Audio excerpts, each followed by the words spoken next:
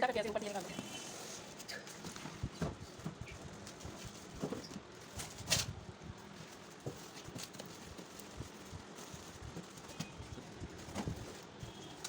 बता किधर बता दिया तो फिल्टर कहाँ अब लगा फिल्टर कहाँ लगा है